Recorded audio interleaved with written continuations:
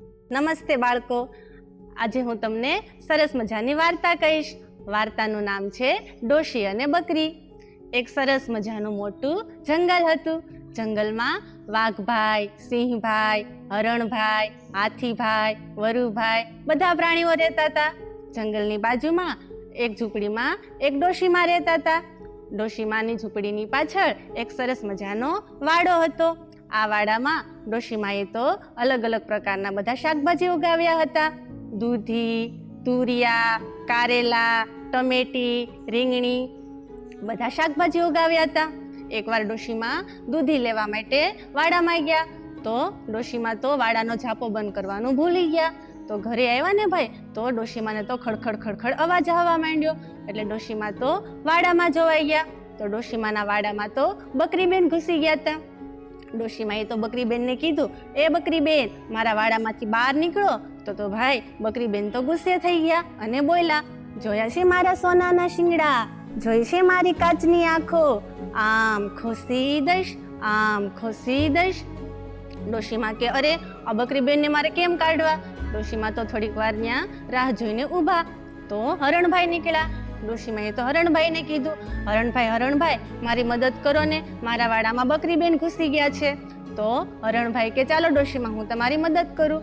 તો હરણભાઈ તો જઈ અને બકરીબેનને કીધું, એ બકરીબેન ડોશીમાના વાડામાંથી બહાર નીકળો. તો ભાઈ બકરીબેન તો હરણભાઈ સામે ગુસ્સે થઈ ગયા અને બોલ્યા, જોયા છે મારા સોનાના શિંગડા, જોઈ છે મારી કાચની આંખો, આમ ખોસી દઈશ, આમ ખોસી દઈશ. ડોશીમા કે અરે આ બકરીબેન તો કોઈનાથી નીકળતા નથી. ડોશીમા તો પાછા થોડીક વાર ઊભા રહ્યા. ત્યાં તો ભાઈ જાડા પાડા હાથીભાઈ નીકળ્યા. લાંબી સૂંઢ હલાવતા હલાવતા હાથીભાઈ નીકળ્યા. ડોશીમાએ તો હાથીભાઈને કીધું, હાથીભાઈ મારા વાડામાં બકરીબેન ઘૂસી ગયા છે ને, તો મારી મદદ કરો ને. તો હાથીભાઈ તો વાડામાં ગયા. બકરીબેન તો બધું તોડી ફોડી નાખ્યું હતું વાડામાં. તો હાથીભાઈએ તો જઈ અને બકરીબેનને કીધું, એ બકરીબેન ડોશીમાના વાડામાંથી બહાર નીકળો. તો બકરીબેન તો હાથીભાઈ સામે ગુસ્સે થઈ ગયા અને પાછા બોલ્યા, જોયા છે મારા સોનાના શિંગડા, જોઈ છે મારી કાચની આંખો, આમ ખોસી દઈશ, આમ ખોસી દઈશ. બકરીબેન તો નીકળે જ નહીં ભાઈ. ડોશીમા તો કે હવે શું કરવું? ડોશીમા તો ચિંતામાં પડી ગયા કે આ બકરીબેન તો કોઈનાથી નીકળતા નથી. થોડીક વાર ઊભા ને ભાઈ ત્યાં તો જંગલના રાજા સિંહભાઈ નીકળ્યા. ડોશીમા તો ખુશ થઈ ગયા કે હવે વાંધો નહીં, કેમ કે જંગલના રાજાથી તો બધા પ્રાણીઓ બીતા હોય ને, એટલે હમણાં બકરીબેને બી જશે અને હમણાં જોઈને વયા જશે. તો ડોશીમા તો ઊભા ને ત્યાં તો જંગલના રાજા આવ્યા. તો ડોશીમાએ તો જંગલના રાજાને સિંહભાઈને બધી વાત કરી. સિંહભાઈ મારા વાડામાં બકરીબેન ઘૂસી ગયા છે ને, એ કોઈનાથી નીકળતા નથી. સિંહભાઈ કે અરે ડોશીમા એમાં તમે શું ચિંતા કરો છો? હમણાં હું જઈને ઊભો રહું ને એટલે બકરીબેન મને જોઈને જ ભાગી જશે. તો સિંહભાઈ તો ભાઈ વાડામાં ગયા ને, બકરીબેન તો ટેસ્ટથી સૂતા હતા. તો સિંહભાઈએ જઈને ઊભા રહ્યા પણ બકરીબેનને તો કાંઈ અસર થઈ નહીં. સિંહભાઈએ તો રાડ નાખી, એ બકરી ડોશીમાના વાડામાંથી બહાર નીકળ. બકરીબેન તો સિંહભાઈ સામે ગુસ્સે થઈ ગયા અને બોલ્યા, જોયા છે મારા સોનાના શિંગડા, જોઈ છે મારી કાચની આંખો, આમ ખોસી દઈશ, આમ ખોસી દઈશ. તો ભાઈ સિંહભાઈએ બી ગયા. સિંહભાઈ કે ડોશીમા મારું કામ નહીં હો, મને બીક લાગે છે બકરીબેનથી. તો પછી તો ભાઈ ડોશીમા તો સાવ મૂંઝાઈ ગયા, હવે શું કરવું? આ બકરીબેન તો કોઈનાથી નથી બીતા, હરણભાઈથી નથી બીતા, જાડા પાડા હાથીભાઈથી નથી બીતા, જંગલના રાજા સિંહભાઈથી પણ નથી બીતા.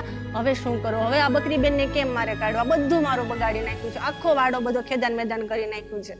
પછી તો ડોશીમા એવી રીતના ઊભા હતા ને ચિંતામાં ત્યાં તો મચ્છરનું ટોળું નીકળ્યું ભાઈ.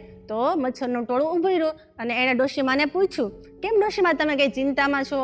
તો ડોશીમા કે કાંઈ નહીં, મારા વાડામાં બકરીબેન ઘૂસી ગયા છે ને, કોઈનાથી નીકળતા નથી. તો કે અમે તમને મદદ કરીએ? તો કે અરે મચ્છરભાઈ એ કોઈનાથી નીકળતા નથી, પણ હરણભાઈથી નીકળતા નથી, હાથીભાઈથી, અરે જંગલના રાજા સિંહભાઈથી પણ નીકળતા નથી. તો તમારાથી કેમ નીકળે?